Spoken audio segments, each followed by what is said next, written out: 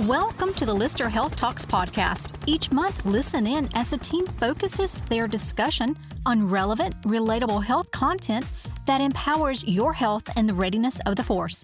The Defense Health Agency is reimagining healthcare to fit your needs, anytime, anywhere, always. In today's episode, we're discussing My Military Health. Let's jump right in as our special guests today explore My Military Health and what it means to you, our patient. Let's get started. Howdy, Fort Novosel. I'm Major Blayne Rankin, Deputy Commander for Administration at Lyster Army Health Clinic. I'm honored to be holding the reins on today's episode of Lyster Health Talks. Here at Lyster and the Defense Health Agency, we continue to transform the way that patients access care and how healthcare teams deliver care. Here at Lyster Army Health Clinic, we are pleased to offer new virtual healthcare tools, My Military Health's scheduled virtual visits. Let's jump right in and introduce our guests for today, Miss Mandy Kelley and Miss Susie Barber. Welcome to the show. Hey everybody, this is Susie Barber. I am the Group Practice Manager here at Lyster Army Health Clinic, and I am so excited to be here. I am Mandy Kelley. I am a family practice nurse practitioner. I work in primary care. I'm so excited to be here on the show today. Thanks, everyone. Susie and I were on a podcast this last December to talk about our new virtual options called My Military Health. We thought it would be a great opportunity to host a special episode providing an update on the progress and answer a few questions about the next phase in our journey to make healthcare more accessible, convenient, and holistic for patients. I know I have received a lot of questions, and I'm sure a lot of people have questions that have revolved around how My Military Health virtual visits work and what types of appointments work best for virtual and video visits. So we thought, who's better to join the show than one of our favorite PCMs? Miss Mandy Kelley from Team Courage. Miss Kelley, welcome to the show. Before we get started, could you tell the audience a little bit about yourself? Well, let's see. I have been at Lyster. February was 6 years. Prior to that, I was primary emergency room, and I did some primary care as well. I've been a nurse practitioner for about 13 years. I was an ER nurse for total nursing time, probably about 23 years. I went to UAB for my master's. It's always been my hope or plan that I could work in a military health facility. It's my way of giving back to our service members, our active duty, their families, and our retirees. So it's my honor to work here. I'm super thrilled. We have a close-knit family here, and it's my pleasure to work here. Nice to have you on the show. All right, first question. Susie, how do you book these video visits? We've got two convenient ways to book the My Military Health visits. The first way is to go onto the MHS Genesis patient portal and to send a message to our Lyster Army Healthcare patient care team requesting a visit. If appropriate for the patient and the provider, they will get you scheduled. You'll get a confirmation text and email that you have MMH video visit, and then when it's time for the visit, you'll get an additional link via text and email saying that you can join the visit. The second option is to call our amazing central appointment staff like you would for any other visit and tell them what you need. If it is appropriate for the video visit, the team center will get you in a My Video Visit slot. And same process. You'll get the confirmation email, text message, and then when it's the day of the visit, you will also get the link to join the visit. Can you tell me what that process looks like from a patient's perspective, like the time frames and what to expect? Sure. When the visit is initially booked, you will get the email within a few hours, just a confirmation email, text message that says this is your scheduled appointment time, like you would for any other visit here at Lyster. And then the day of the appointment, you will get the link 30 minutes prior to your appointment time. And it's basically like a Zoom call. It's like FaceTime. You click the link. You can either do it on your cell phone, your smartphone, and you can have them send it via text message, or you can use it on a laptop or a tablet, and it can come to your email. But either way, it's very simple. It's very user-friendly, much like FaceTime. It comes to you based on your MHS Genesis preference, whatever is set up in your registration. So if you prefer for your electronic communication to come via text message, you need to let the MSAs or the central appointment staff know that. If you prefer it to come via email, then that's what they'll set your preference for. You can also make sure that they are set up in there that you have both. If you have both, then you can get an email and a text message. There is a 2-hour window, but you can only join the call 30 minutes prior to the appointment time. Thanks, Susie, for letting us know about how to book and what the process is for My Military Health virtual visit. From a patient's perspective, this new technology really allows us to do a lot of things that we haven't been able to do previously. with all the different virtual options. I know, for my wife, she's a speech language pathologist, works from home, and sometimes it's a little inconvenient to come down to Fort Novosel, the 30-minute drive from Dothan, sit down, wait, have an appointment, and then drive back. That's a lot of time people are missing from work. Sometimes there's kids in tow, and sometimes it's not appropriate to have children in the exam room with you. Miss Kelley, what type of appointments make a good virtual visit? I almost think the answer to that is what appointment is not a good option, because most every appointment really is a good option on a virtual visit. Even someone who maybe hasn't been seen face to face, but they need a refill of something, we can always do a virtual, just a short-term virtual, talk to them or a video chat with them, and I can schedule appropriate follow-up face to face.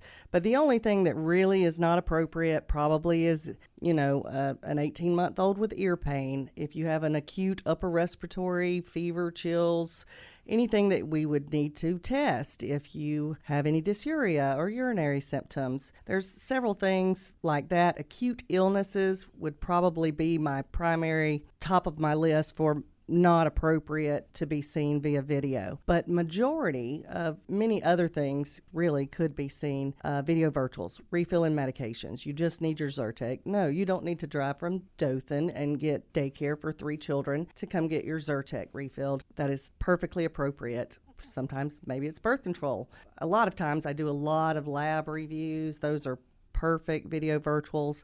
If you just have a question and you want to talk to me about possibly starting this medicine, or how about this plan of care, is that a good idea?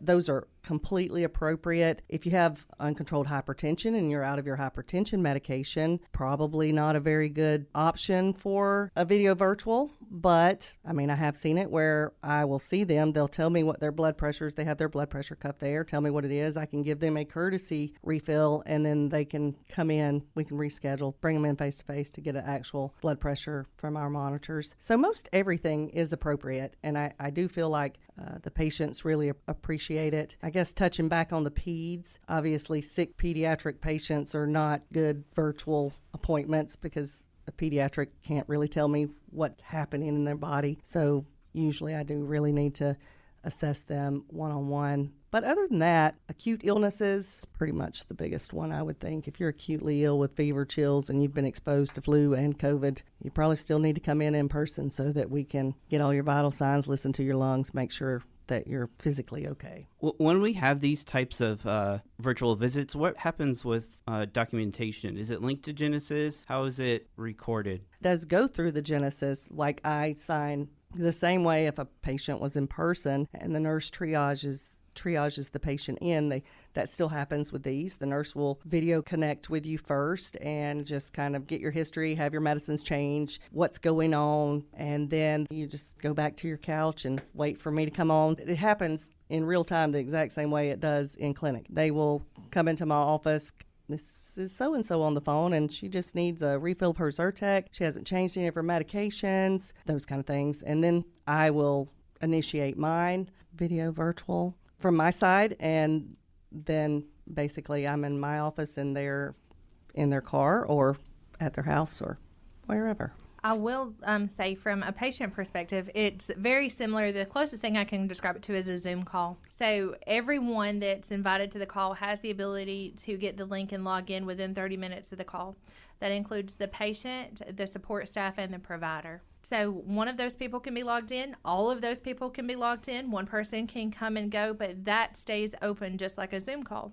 So the patient can log on, then she can speak to the support staff, the nurse, LPN, medic, do her intake, her triage, get all those things taken care of. That person can drop off. The patient is still there in the call, much like a Zoom call, and then the provider will join. So it stays open the entire time, and the patient is there through the entire process, and the staff walks them through it. We've received positive feedback. Just last week, we scheduled a video visit for a college student who was out of state in college and just needed a refill on a maintenance medication, and we received feedback that went very well. It was a very quick visit. They were able to do everything they had to. We had a visit that was requested. It was a mom. She had 3 kids, and she had went to a specialist referral. She had the same situation. She was able to do it from her home. The intake staff came on. They did all of her follow-up questions, and then the provider came on, worked perfectly, and we received positive feedback from her. We had also a GYN patient that wanted to schedule a visit, but she didn't have time to come down to the clinic in person. She just wanted some counseling. She wanted to know what her options were, and they were able to do that via video too. So it's not only convenient for the patients, the workflow process appears to be very convenient even for people that aren't extremely tech savvy, very much like FaceTime or the Zoom call. And the feedback that we have received from those that have completed it, from the nursing perspective, the administrative support perspective, the provider perspective, and most importantly, the patient perspective, has been positive. So from the sounds of it, it truly is just like having a physical appointment within the MTF. You're just not physically in Lyster, which really, as you kind of stated and alluded to, really opens up the possibilities for people to really be anywhere, because any medical appointment or something can happen to you medically at any location at any time, but your provider might not physically be near you. And if you have that ability to make an appointment and see your provider from a distance, that really incorporates a more holistic healthcare approach, where people are able to see their provider from multiple different locations regardless of where you're physically at. And there's a very good point to that, Major Rankin. It's not just about your day-to-day, where you are and you're expected to be, but in those unexpected situations, when you have a need, when you're TDY, when you're on vacation, when you've had to go out of town, you can do the video visits from any location. So if you're TDY to Fort Belvoir, and you decide that you cannot make it home without that refill of Zyrtec, then you can do the video visit. Or if you're on annual leave, you're on vacation and you're in Southern Florida, same scenario. You can request that video visit, and you can be face-to-face with your provider via the video chat. So same experience from all across the United States. Ms. Kelley, thank you for joining us today out of your busy schedule. I know you just rushed down here from seeing a whole bunch of patients today. Just really appreciate all that you're doing, being a champion for My Military Health. All the feedback from the patients have been outstanding. We've gotten so many positive ICE comments on this new virtual healthcare. And Susie, thank you always for being on the podcast again. Do you guys have any last things you want to say? I just want to thank everybody for listening and promote the My Video Health visits. They're convenient. They're great, y'all. And I think when in doubt, if a patient has a question, just call and say, hey, can I do a video virtual? I'm out of town. I have school that day. I can't get off work. They will be happy to tell you if you can, and I believe in most cases you can. Most things are within the realm of reason, unless you're just acutely sick. But other than that, I think if you ask, you shall receive. And most people, everyone I have spoke with, really enjoyed it, and we have had multiple book for their kids. It's very nice. I think it works for them. It works for me, and makes life easier for them. We're definitely on the cusp of a pretty significant medical transformation across DHA and the military health system, and really looking forward to how this rolls out across all of DHA, not only to Lyster and all the opportunities that we have with all these new digital platforms. What's really exciting about these new online tools is that patients have options. They're more likely to seek care and stick with the treatment pair, which leads to better outcomes. Online or in person, it's your choice. With My Military Health scheduled virtual visits, it makes it easy to access care when and where you need it. At home or on the go, we're committed to helping you manage your health and well-being. That's healthcare on your terms. I appreciate everyone listening to our podcast this week. I would say I really like to see you in our hallways and seeing your smiling faces as you come into the clinic, but with this new virtual option, we'll see you virtually. Our care keeps them in the air. The Lyster Health Talks podcast is produced by the Lyster Army Health Clinic Public Affairs Office at Fort Novacell. You can catch all of our episodes on your favorite streaming platforms. Stay healthy, Fort Novacell.